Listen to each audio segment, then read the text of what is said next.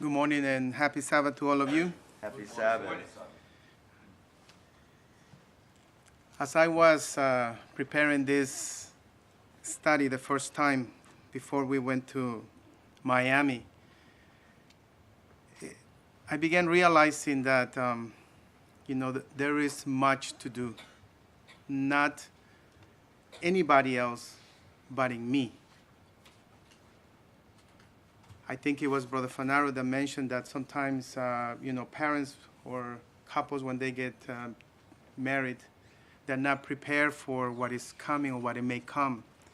And I think, and I can agree with him, we have a desire, I had a lot of experience changing diapers. I had to take care of, some of my cousins and so forth. But it's not the same when it's yours as when it belongs to somebody, because once they start crying, you can return it to where it came from, and then you're done. But it's different when it is yours, and you have to, yes, and it changes things around. This morning, I'd like to talk about turning point. It was in the time of Malachi, chapter 4, verse 5 and 6, a brother Bobby read the key text. And there is one thing that strikes me very strong here in regards to these verses, is that it says there in the middle, and he shall turn the heart of the fathers to the children, and the heart of the children to their fathers, lest I come and smite the earth with a curse. To me, it's very interesting. When we began reading the Bible in the Old Testament, the very first verse, it says, how was the earth? It was void. It was a mess. And the last two verses of the Old Testament are these two. How is the condition of the earth at this time? A mess. What is the problem that we see? What can society tell us how things are going? Really not the best. Just some statistics. According to Cornell University, 9 out of 10 children are abandoning the faith and values of their parents. According to U.S. Today, 88% of children are abandoning the faith and values of their parents. This is something that has been done outside. And these are the statistics. But I would like to quote something else. And the study by Fuller Seminary also looked at why young people are falling away from the faith. And he quotes, nearly 75% of Christian young people fall away from the faith and leave the church after high school. One of the key reasons they do so is intellectual skepticism. But how many of these youth were actually taught the Bible in their homes or in the church? That's the question that they have. Statistics show that children today spend an average of 30 hours per week in school. That is for those that go to school, okay? They are often taught ideas that are diametrically opposed to biblical truth, like evolution and etc. Then they come home to another 30 hours per week spent in front of the television set, bombarded by commercials and sitcoms, playing video games or connecting on social media. This is in contrast to the time spent weekly in the church classroom, 45 minutes. Now this is outside. Inside we can say, okay, our children come to prayer meeting, that's about 45 minutes to an hour. Sabbath school, there's another 45 minutes, about 30 minutes to 40 minutes. Divine service, and then if we have a young people's meeting. So they spend a little more, maybe 3 hours, 4 hours in our church. But this is outside. It's 45 minutes of church per week versus the 30 hours in school versus the 30 hours in front of the television or video games. He continues saying that it is understandable why young people leave home without a Christian view and why many are falling away from the faith. Not only are most youth not being well grounded in the faith, but they are also not being taught to intelligently examine the views of skepticism, who will be inevitably challenge their faith. and it changed their faith too, eventually. Yeah. Most of these students are not prepared to enter the college classroom, where more than half of all college professors view Christians with hostility and take every opportunity to belittle them in their faith. There is what is going on. And we can ask ourselves the question, are our children prepared to face such a contrast in college?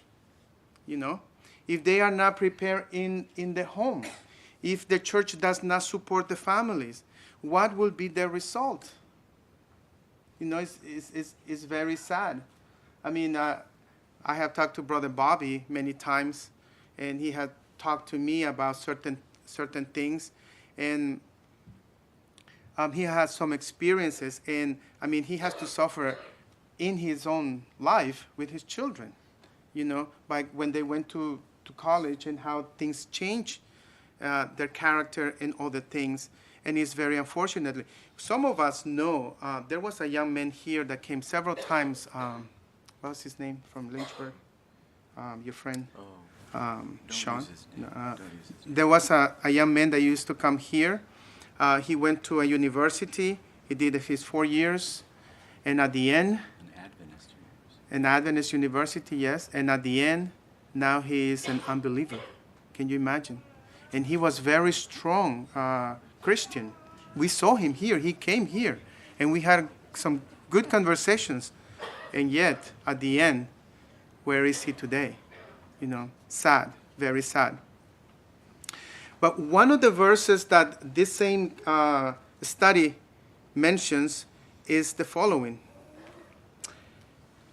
What do you see? What comes to your mind when you see this picture? Proverbs 26. Okay. It says, train up a child in the way that he should go, and when he is old, he will not depart from it. Now, with these thoughts of these statistical things that we saw, have you ever woke up in the middle of the night with the thought of how can I educate and help my children to be saved? You know, maybe thinking, Proverbs 22:6, you know, train up a child in the way that he should go, and when he's old, he will not depart from it. So, the promise is there, but something needs to be done. We cannot just claim the promise without doing anything. That's not the way it works. Now, there is another specific study that was done, and this is very shocking, and I want you to pay attention to what I'm going to write here. Now, going back to the Bible text that we saw here, Solomon was very wise. He had an idea why he wrote this. How far away from the truth did Solomon go? Very far. Very far. Very, very far. Do you think that he understood this? Yes, he did. Now, notice. When both parents faithfully and active in church, 93% of their children remain faithful. When both parents are faithful and active in church, okay, 93%. When just one parent was faithful, 73% of their children remain faithful. Okay? Just when one parent. When neither parent was particularly active in church, only 50% of their children stay faithful. And in those instances where neither parent was active at all and only attended church now and then, the percentage dropped to a mere 6%. These are the statistics. So, do you think that we should be concerned? For one thing, we need to be concerned from the education that we are giving to our children. And the other concern that I think we should have is that, you know, we are trying to reach out the world, right? We are trying to reach out others outside. But if this is the condition, how much difficult it will be to bring somebody to the feet of the cross. It will be very difficult to work with people, but not impossible. When God touches the heart of someone, God is willing to work with that person. Amen. The same Fuller study also found that most church youth programs tend to focus on providing entertainment and pizza. And I have seen this in some signs. I remember the one by our house, they were advertising coffee time, to get people to come, rather than building up young people in their faith. As a result, teens are ill-equipped to face the challenges they will encounter upon leaving home. It is no wonder that some young people fall away from the faith if they were never grounded in the faith to begin with. Now, there is a Christian author, Frank Turek. He said, "What we win them with, we will win them to. If we win them with entertainment and low commitment, we win them to entertainment and low commitment." This is what he wrote. And actually, in the same study, which I've failed to put here, he mentions something that Spurgeon said once long ago. He said that the church needs to begin feeding the sheep and stop feeding the goats. That's what he said. Okay? But this is the condition. Okay? Now, I understand, our situation can be a little bit different because we put a lot of emphasis on education of the children, whether it's at home or whether they go to private school or whichever way, but that it is completely different. But the challenges are still there because if we fail in one part, they will have to face it when they get to a higher education grounds. And it's very, very interesting. Caleb is taking a psychology class that he has to take. It's not that. And they have asked him to read something that I disapprove. But he has to read it. He has to write a paper on it.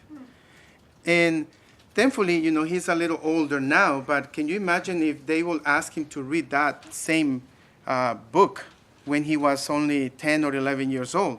What effect will he have in his mind? Now he's a little older, and then he can discriminate between what is truth and what is not, but yet it's still the same. I remember when I was in college, in high school, I had to read, there is a Greek novel, and it just, to me, it was useless, but I had to read it, and it was this thick. Odyssey. Yeah, the Odyssey, yes. I don't know. I don't even remember anything of. I think I only remember one name, Ulysses, but that was it. Nothing else. So the question may come to us is, therefore, how can we redeem and reclaim the value for our children? I can say this.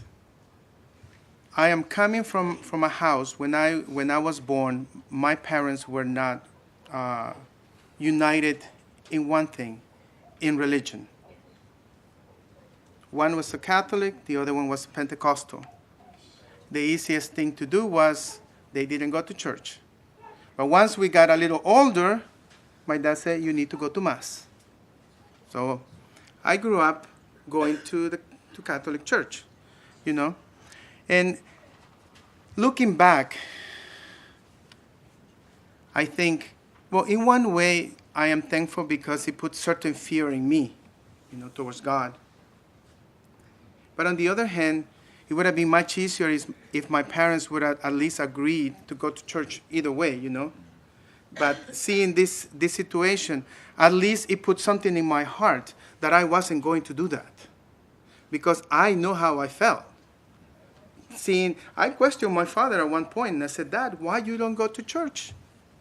Why do you make us go to church if you don't go?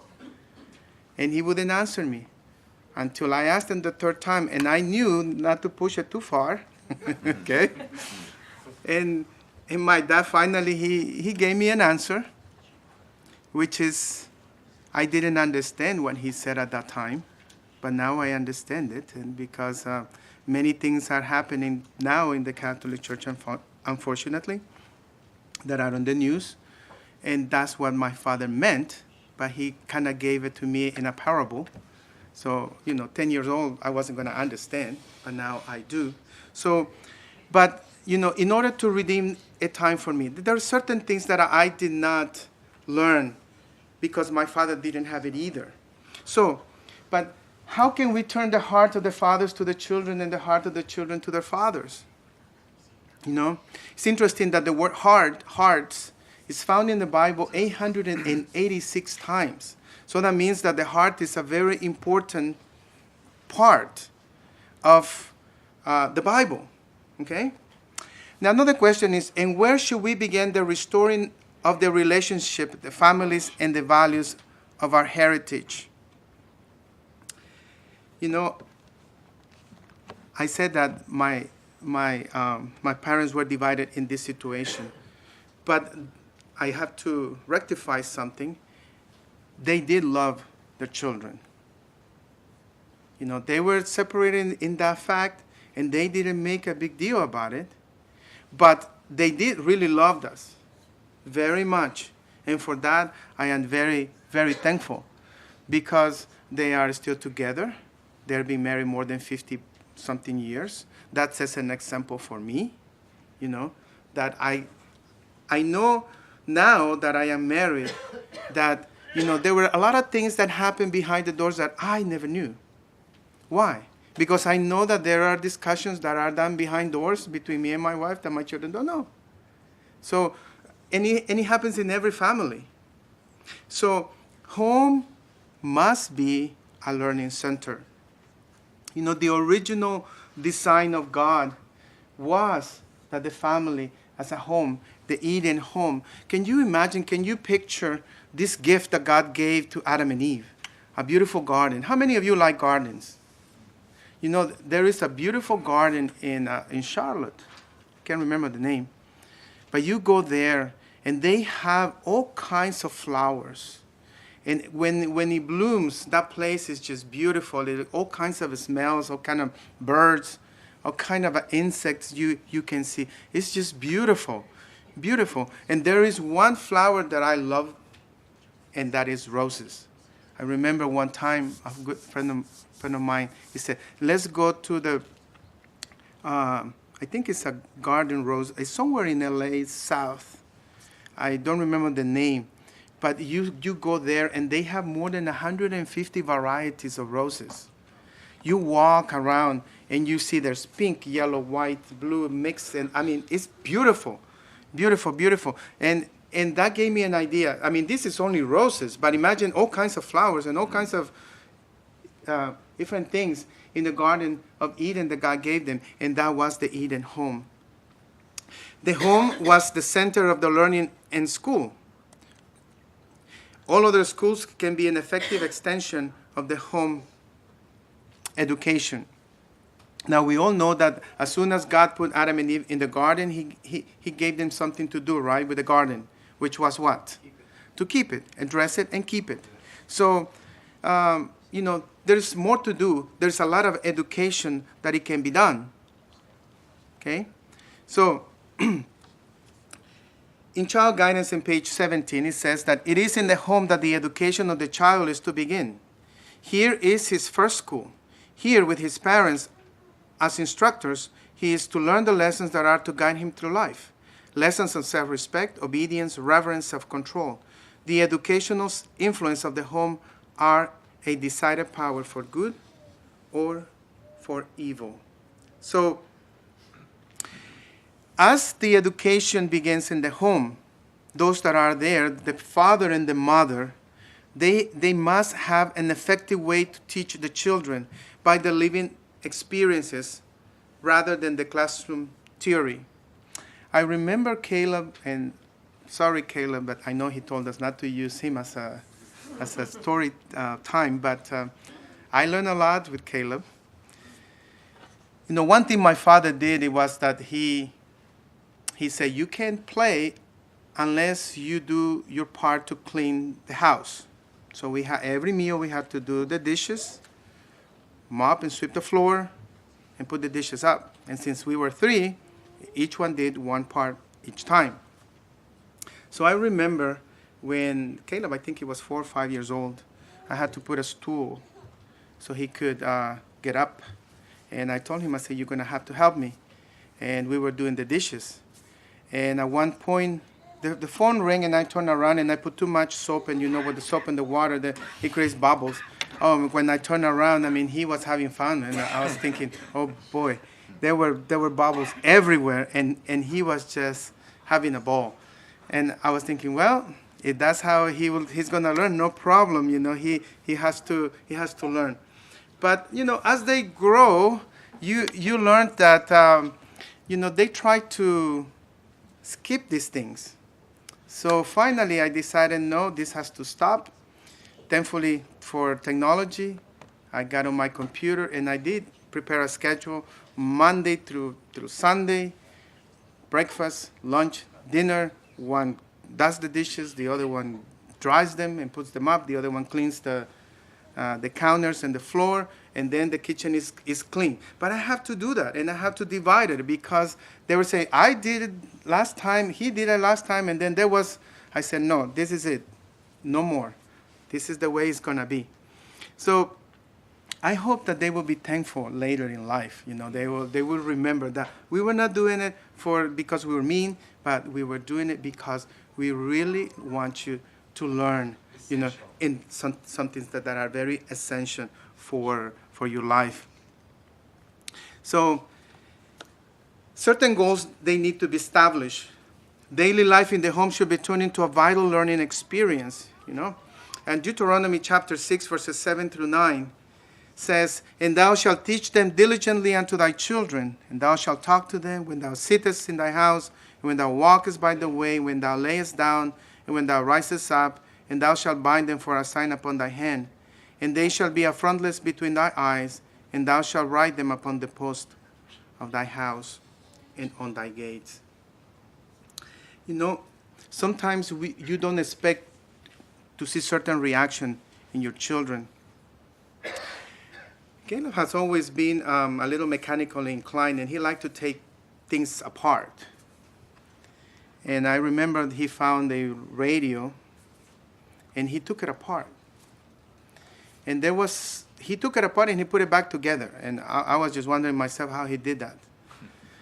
But there was a little screw, very little. And he came to me, he said, Daddy, I can't find the word. And then I started looking, and I couldn't find it myself. And I said, look, if it works, who cares? You know? But then he just took it. And then the next thing, he came to me crying. And I was wondering what happened. And he was just pulling my pants and said, Daddy, Daddy. I was talking to Linda. And he said, Daddy, Daddy. And then I said, Caleb, wait. And he kept pulling me. And then he just went down into his knees. And then I looked at him. And then he put his hands like this. And he said, let's pray. And I was like, okay. So I knelt with him and we prayed. And you know what he was praying for? He wanted to find out exactly where that screw needed to go.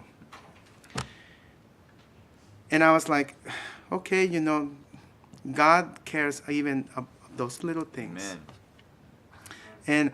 But those are memories that I keep, you know, within me. Why? Because now I see, you know, God was working in his heart. And I pray, you know, that God is also working not only in my other two children, but in every child that is present here today. Amen. You know, I know every one of you have put a lot of effort. Yes, we have made mistakes.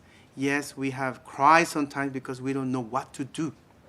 But yet, you know, we see the Holy Spirit working in our children's hearts. And more so today, brethren, we need to press, not to force them, but to press the issue that, look at the things that are happening around. You know, it's very sad. When we moved to Charlotte, we bought a house in the outskirts in the city of Gastonia. And close to where we lived, there was a center for, there were two places actually. One for abortion, and the other one, it was pro-life. The one that was pro-life was close to my house. And every time I went out, and every time I came, I had to see all these crosses on the outside of the lawn.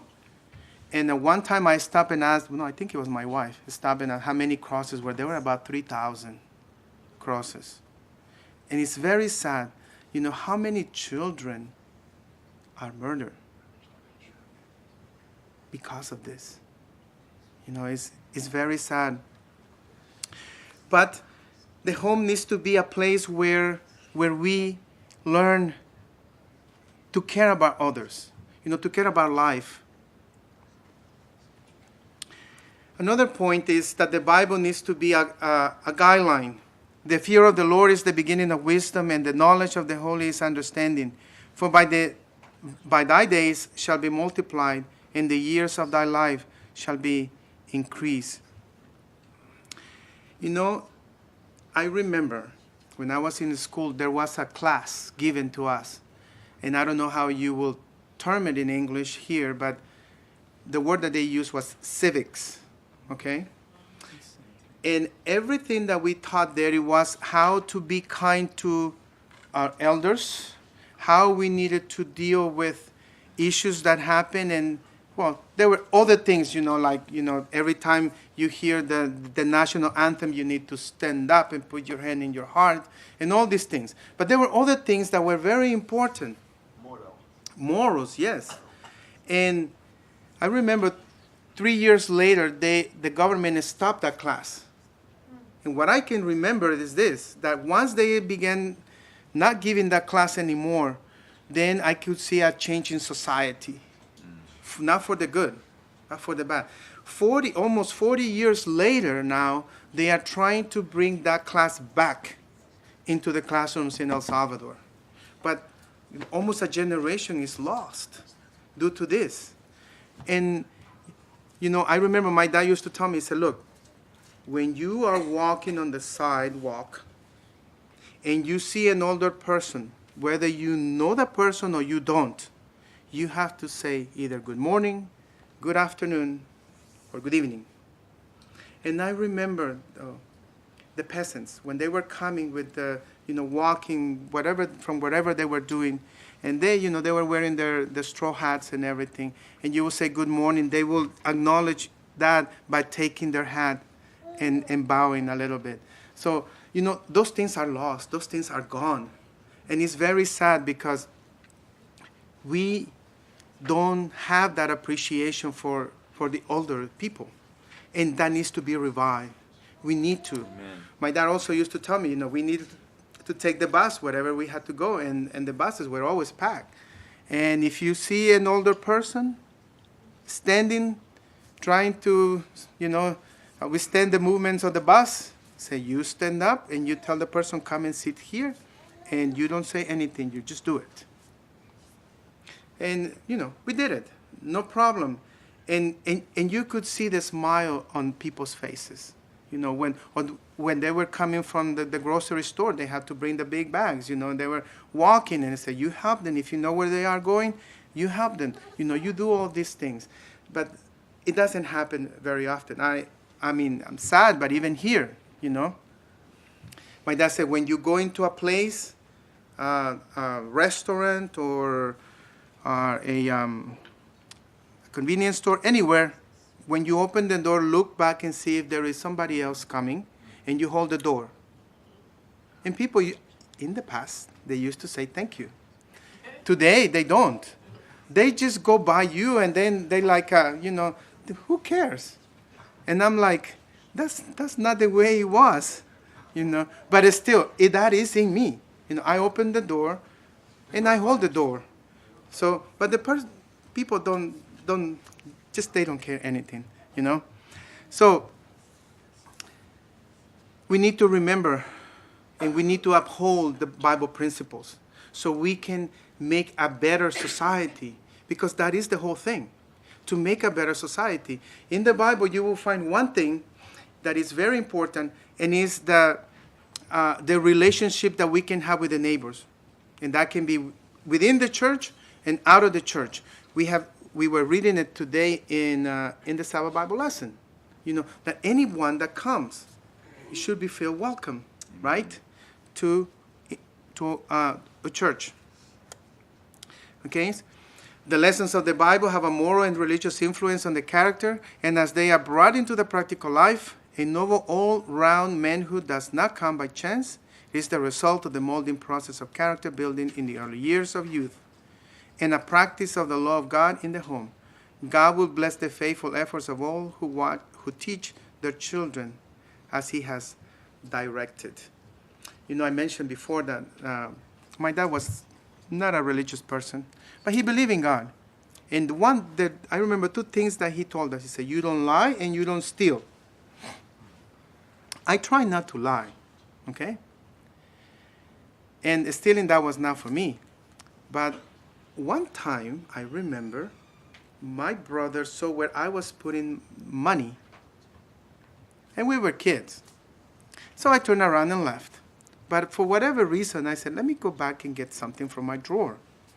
So as I turned around, I saw my brother, and he was taking money from my drawer. And I just looked at him. And you know, and I can say this, I felt the righteous indignation in me. And I was like, no way. And I just ran to him, and I just got on his back, and I started hitting him. And my brother didn't know what to do. He just went like this. Well, the unfortunate thing was both of us got it from my dad. My brother for taking things that didn't belong to him, and I for taking care of the problem. He said, it was not for you, it was for me, he said, to take care of it. So I learned my lesson, you know, but you learn things like that. I mean, now I laugh. I talk to my brother, and we laugh about the things that we did in the past, and, you know, how thankfully, you know, our Father taught us certain values that are good even today, you know. So another thing that is very important, brethren, is to learn to respect authority.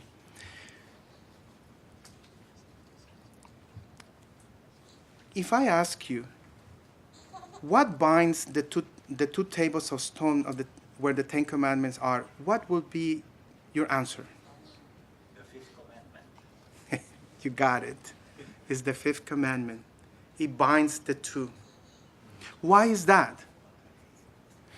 If we cannot respect our parents, do you think that you will respect God? No. It won't happen.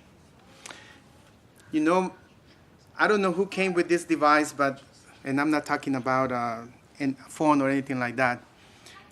But I remember in my house, when we lived with my parents, there was one way to get permission to do something, and it was very frustrating. My dad was always working. My mom sometimes was home. My aunt also sometimes was home. And if we got invited to go somewhere, even if it was the next door neighbor, this was the rule. We needed to get permission from my dad, my mom, my aunt. Okay? But the problem was that by the time I finished, my aunt would say, what did your dad say? Well, my dad said, whatever you said, that was okay. No, go back to your dad and ask him properly. So I would go back to my dad, and my dad said, well, you need to ask your mother how she feels about this. I will go to my mother, and then my mom said, but what did your aunt and your dad say? Well, to ask you, well, if I said no, you're not going, right? No, okay, you're not going because they didn't say yes. And it was all the time like that. But one thing I learned, it was that to respect them. You know, sometimes they will say yes, but sometimes they will say no. In the great majority of times, it was no. So you have to, you know, submit, which is very important. The parents are to teach their children lessons from the Bible, making them so simple that they can readily be understood. Now, another point. We need to discover and rechannel the interest and motivation of each child for learning. How do we do this? We do this by listening and asking questions, which will allow us to see through their eyes and feel with their emotions, defining and reinforcing God's purpose in their lives. But the difficulties in life and challenges in daily life should be turned into an opportunity to teach how to deal with biblical principles. So one aspect that is very important is what? Listening and asking questions. I remember the last time my dad spanked me. And you know, he spanked me many times, but this one in particular, I can't forget. It all started because my sister kicked me. I can't remember why. Older sister. No, it was my younger sister. For whatever reason, she kicked me very hard. And it just so happened that when I turned around to take revenge, my dad was coming through the door and I hit her and he saw me. And if there was one thing that my dad would not tolerate, it was for the two boys to hit the younger sister. And my dad said, just to aggravate even more, he said, give me your belt. And I was like, no. And he said, give it to me. I said, no. He said, give it to me. And then at the third time, I said, okay. So I took my belt out and I gave it to my dad. He gave me 3. But he saw me and he said, are you not going to cry? And I told him, no. And he said, why? Do you want me to give you all the 3? I said, you can do as many you want. I have never answered back to my dad. I said, you can give me as many as you want, but I am not going to cry. And he stopped. And then he looked, and I don't know, he just turned around and left, and he handed me the belt. So they called us for lunch. We went for lunch. I didn't eat. My dad said, you need to eat. I said, no, I'm not going to eat. So he realized that I was upset. We finished everything, and then he came to me and said, why are you upset? I said, I am upset because you spanked me. And he said, but this is not the first time. Why is this so now? And I said, because it was unfair and unjust. My dad looked at me and said, I know what he was thinking. You never talked to me like this before. And I said, you spanked me, but you did not spank my sister. You didn't ask me why I was hitting her. And then he just looked at me and said, what happened? I said, she started it. She kicked me. And then I just responded. I said, I know it was wrong, but she started the problem, not me. You know, that was the last time my dad spanked me. But I still remember until today. And I don't know what happened to my sister. I haven't asked her, really, to what happened to her. But I know my dad tried to be very fair, you know, when he punished. But I remember, and this time, it wasn't that he hit me hard. He had hit me hard before, harder. But it was the fact that it was very unjust. And, you know, then he learned, because I was already in my teen years, and then he learned that he needed to have better communication with me. You know, that's what he got. And then since then, with my dad, we are friends. You know, I every time I call him, I say, Mr. Moreno, how are you doing? You know, I don't say Daddy, you know, Mr. Moreno. And he just continues with the idea of, you know, that I'm calling him like this. But he knows that we just have such a friendship that is, I treasure that, you know, and I'm thankful for what he did, you know, despite of all his shortcomings. Another thing that is very important, brethren, is to translate family conflict into other opportunities for applying basic principles: patience, forgiveness, yielding one's right. You know, my parents never discussed any problems in front of us, not that I remember. And I'm very thankful because they taught us that, you know, certain things are kept from the kids, because even if they hear, what can they do? Nothing. The only thing that they can learn is the daddy and mommy can have problems, you know, and they don't understand. But we need to help them also to understand that there are sometimes misunderstandings. And there can be very much misunderstandings, especially when you speak 2 different languages, you know. And I said that because we had misunderstandings with my wife. because of the language thing. And one thing that frustrates her very much, and my mind goes in a Spanish mode sometimes when we have to discuss things and I forget words. And she said, "Can you talk?" And I said, "Yes, I can." I said, "I can't remember the word in English." Because it goes in the Spanish mode. And it's frustrating for her. But at the same time, she said it last night, I was given to her for her character perfection. So she needs to learn patience. Okay? Another thing that is very important, brethren, is to evaluate everything in the home on the basis of how it contributes to learning. Music is very important. Yes, it is. In my home, and I'm not talking my home now, I'm talking at home back in El Salvador. Unfortunately, the kind of music that my parents were used to, it's not something that I can thank them for it at this point. But now, I can see how important music is, We have a good selection of music, soothing music, devotional music, when we have morning and evening worship. We try the best we can to do it, because sometimes I had to leave early, they had to stay home and so forth, or things happen, but we try to have this, which is very, very important. Another point is the kind of books that you have in your bookshelf. There are some very good books. How many of you have seen this book or read this book? Do you know the name of the person? Oh, yeah. Branislav Jaksic, The Vacant Seat. How many of you have read it? Yeah, we started to read it. It's very, very good. There are some other books that I have home, like these ones. Some of them are very old. God Send a Man, that's a very good book for young men. S.N. Haskell, A Man of Action, that one is a very, very good book. Kate Lindsay, M.D., she's one of the first medical females in Adventism. And the one book that I can recommend to all is Sketches from the Life of Paul. That one is a beautiful book. It's a wonderful book.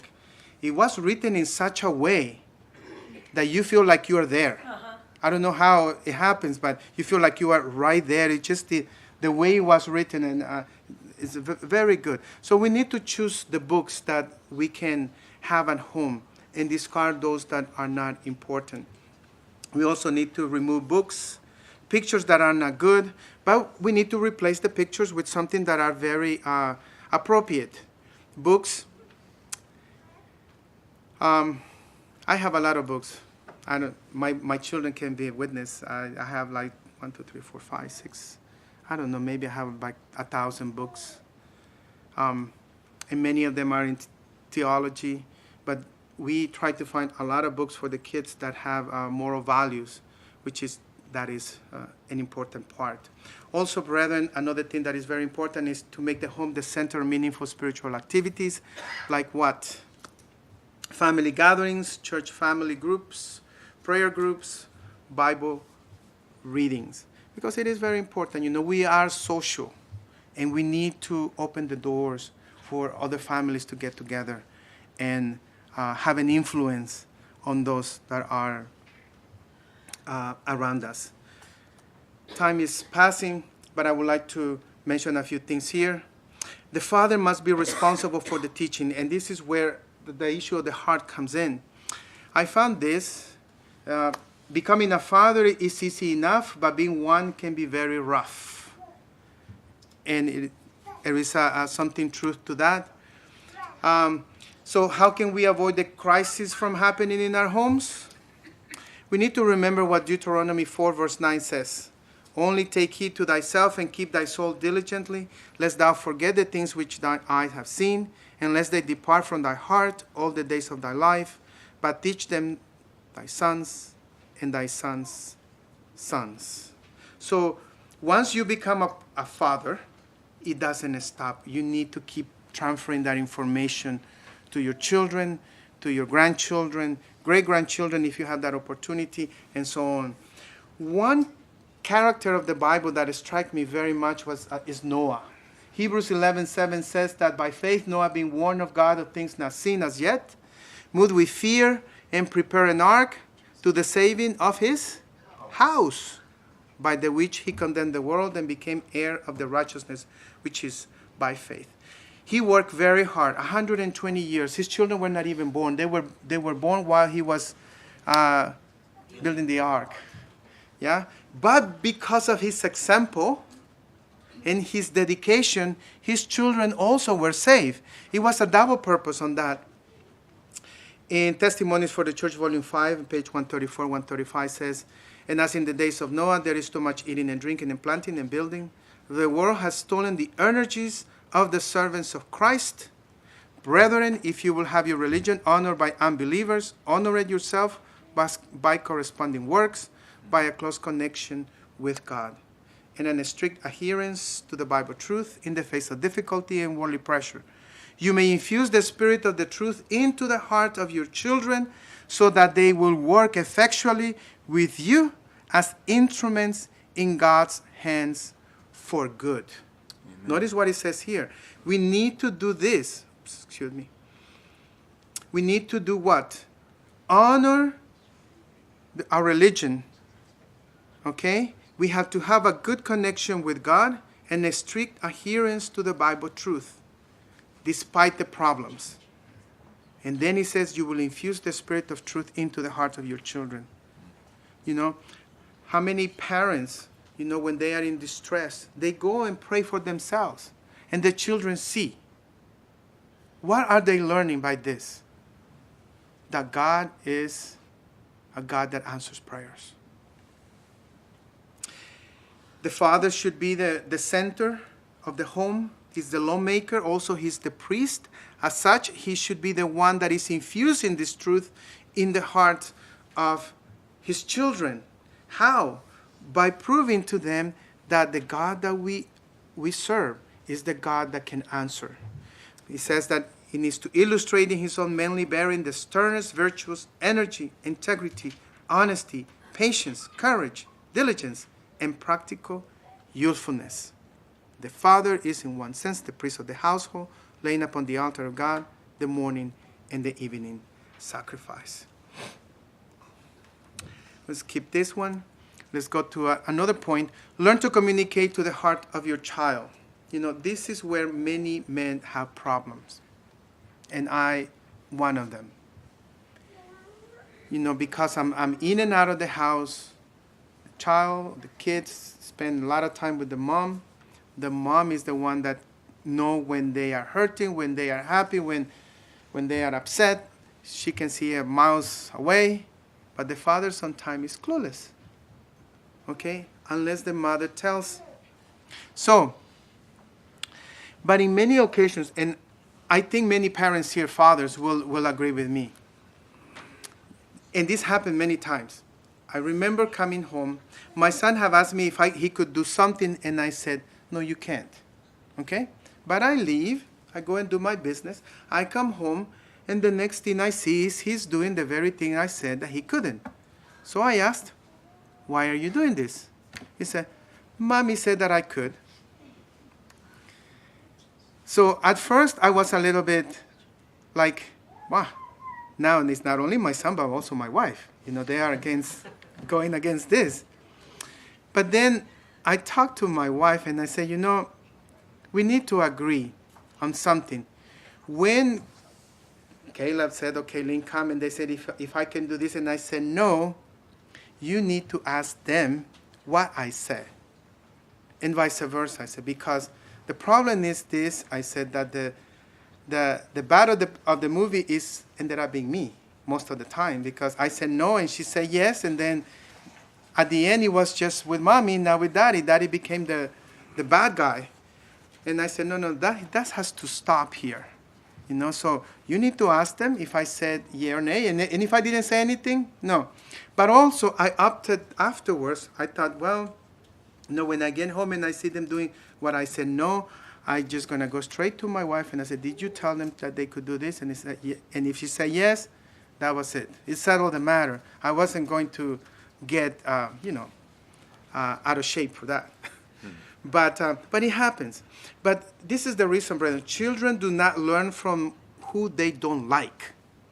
And parents, we cannot afford to become the person that we don't like, that they don't like. Why? Because then the learning will stop. And then the heart of either one has been wounded. And we don't want that to happen. We don't want the heart of our children wounded. Neither want our heart to be wounded. When the child thinks he or she can never please his father, or when the child thinks he or she is a burden to the family and the home, when the child thinks his father's work is more important than responsibility, to win their confidence. So it's hard to balance things, but we need to figure out how to do it. It's hard.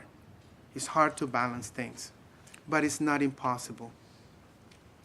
A father must prepare to spend as much time maintaining an open heart as he does presenting information. The test of an open heart is whether a son or daughter will trust their father with the secret of their deepest wishes and emotions. And that is very hard. Very, very hard to do, but not impossible. If you are here thinking, well, I haven't done this or I neglect to do that, there is time to redeem. You can redeem the time. But the father should not stop for being the umbrella of protection. They look for that. Wife and the children. But there is a foe that is trying to break this up. Mark chapter 3 verse 27 says, "No man can enter into a strong man's household and spoil his goods, except he will first bind the strong man, and then he will spoil his house." And it's hard for me to say this, but this thing here can bind us and separate us from our families, even doing good things. That's why I wish sometime that I wouldn't have my office at home, because I am on the phone constantly, and they want to talk to me. I have to stop, and then I go, and it creates a difficulty. But I think we are coming to an understanding after 4 years of me being home, working from home, and this and that there are certain times for certain things and so forth. So we need to balance things. Teach your children to make decisions in harmony with you and with God. And this is something, brethren, that we need to be very careful. Because when we say something, it needs to be clear. They need to understand that we mean what we say, and we say what we mean. Okay? Not this wishy-washy thing. So we need to talk to them with dealing with peer pressure. And the first defense against negative influence is to teach them how to stand alone. Disability is the heritage only of those who have discovered God's principle for living as a superior way of life. And who comes to your mind? People that was able to resist peer pressure. Noah is one of them. Okay? You have Joseph. You have Daniel. You have his friends. And so on. We can name many of them. Actually, you can find them in Hebrews 11. So, and also we need to teach them to think from cause to effect. Is it in harmony with God's will? We also need to keep humility by sharing what God is teaching you. And that is very difficult sometimes to do, to be humble. We need to maintain an attitude of humility. In this way, he is on their level, humbling himself by telling them how God has been dealing with him, rather than speaking in an authoritative level. So, God has in one way humbled us in our attitude, in our way of dealing with things, but we need to teach our children to do better, and that is the focus of what we need to be doing. Most men feel inadequate in effective conversation with their children, but it is certainly a cause for claiming the promise found in James chapter 1, verse 5. If any of you lack wisdom, let him ask of God, that giveth to all men liberally, and upbraideth not, and it shall be given him. So, parents, fathers, we need to spend a lot of time on our knees to be able to reach the heart of our children. If a father is to be successful, he must ask his family to look at him as a learner. And that is very difficult because, our male chauvinistic feelings is that we are the boss. But that's not the way it is. And the Hispanic culture is very strong. The man is the man, is the macho, as they say it in Spanish. But in reality, the way I see it is that it only proves that those that think that way, they have a problem. It's a psychological problem because they always have to be above everybody else, and that's not right. Also, we need to create curiosity before communicating content. The phrase that you can lead a horse to water, but you can make it drink is not entirely accurate. Because, see, if we want our children to learn, the character of a child, it always will try to have a contrast with the parents. But there are ways to lead them. There are ways to approach them, And if you get to the point where you can actually show them that there is something good about this connection and this communication, then they will reap a benefit. Our Lord Jesus Christ was very creative by asking questions and giving parables. So we can learn from Jesus. Okay? And our last thoughts. Christian father, labor kindly, patiently for the welfare of your children.